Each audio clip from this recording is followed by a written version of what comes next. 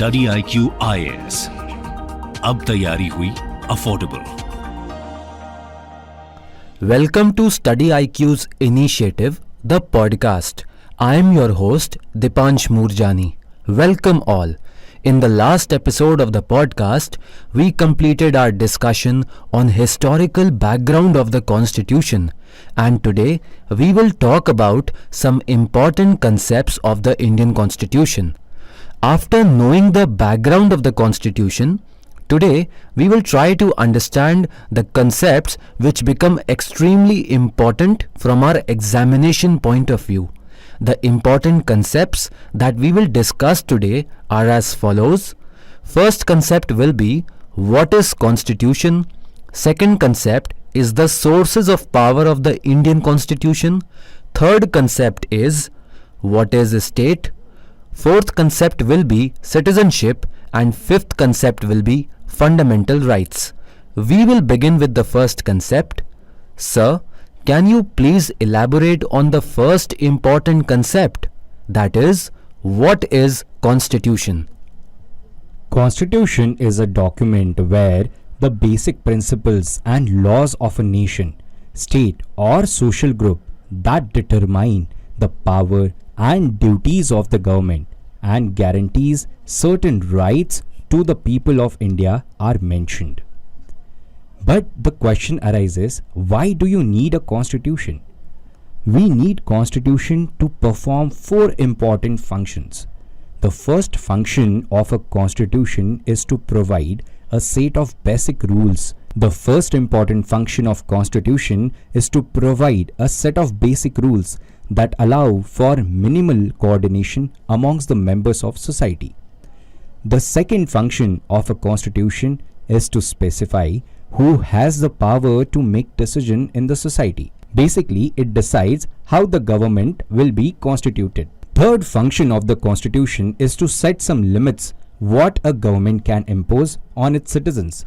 These limits are fundamental in the sense that government may never trespass them. The fourth important function of a constitution is to enable the government to fulfill the aspirations of the society and create a conditions for a just society.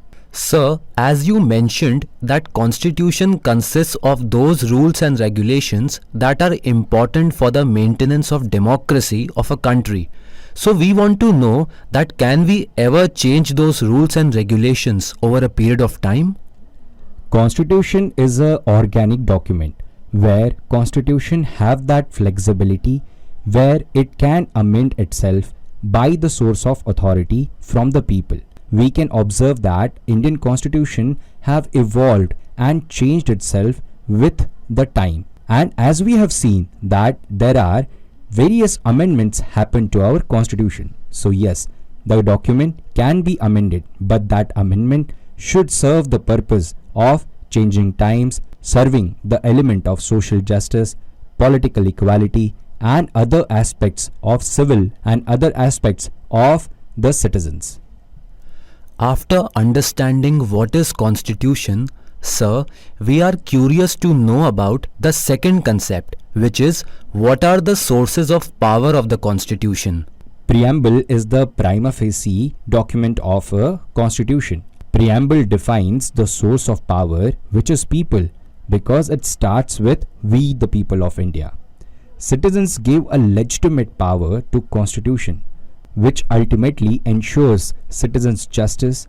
It assures rights, define duties and powers of making law for ultimately creating just, peaceful and prosperous society. Just now we came to know that Constitution governs a state, which links us to the next important concept, which says what is the meaning of state? Sir, can you please elucidate on the same? State is defined as an entity having basic characteristics like number 1, defined territory.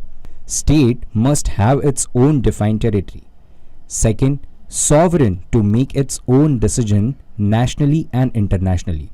Any state must have sovereignty to make any law, decision, to take any actions to serve its own national interest. The third important characteristics for state is that it should have citizens which are governed under that state.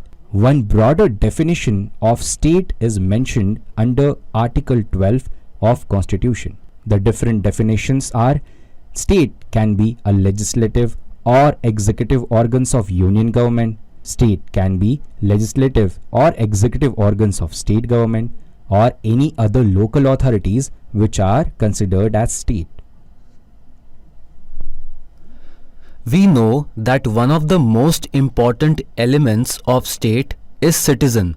Sir, we want you to aware us about the meaning of citizen. What is citizenship?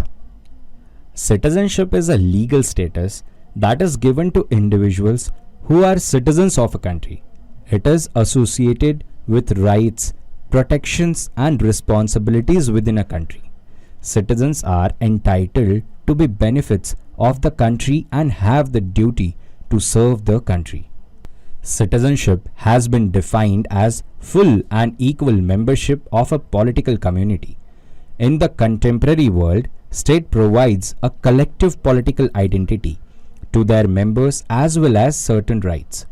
Therefore, we think of ourselves as Indians or Japanese or Germans, depending on the state to which we belong. Citizenship is a bond between an individual and a country to which the individual owes allegiance and is entitled to protection in return. Citizenship implies a state of liberty with associated responsibilities. Certain rights, obligations, and responsibilities are granted to all citizens. In Indian Constitution, the citizenship is been defined under Article 5 to 11, where there are different methods where anyone can acquire the citizenship. For example, naturalization. Another is descent. However, there are some methods where you lose your citizenship. For example, renunciation, deprivation, or if you will accept the citizenship of the other country willingly, your citizenship will get terminated because India does not follow dual citizenship model.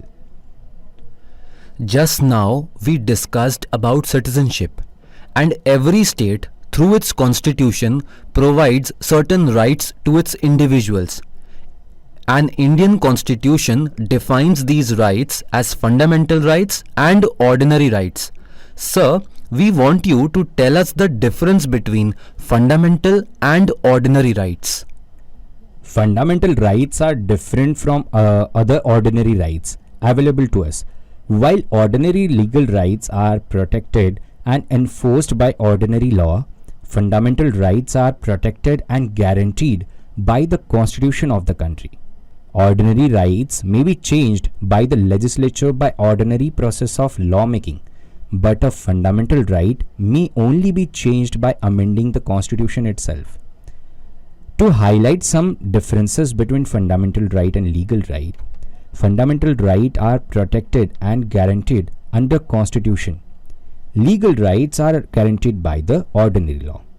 Fundamental rights can only be changed by amending the Constitution itself. However, ordinary laws can be changed with the simple process of lawmaking.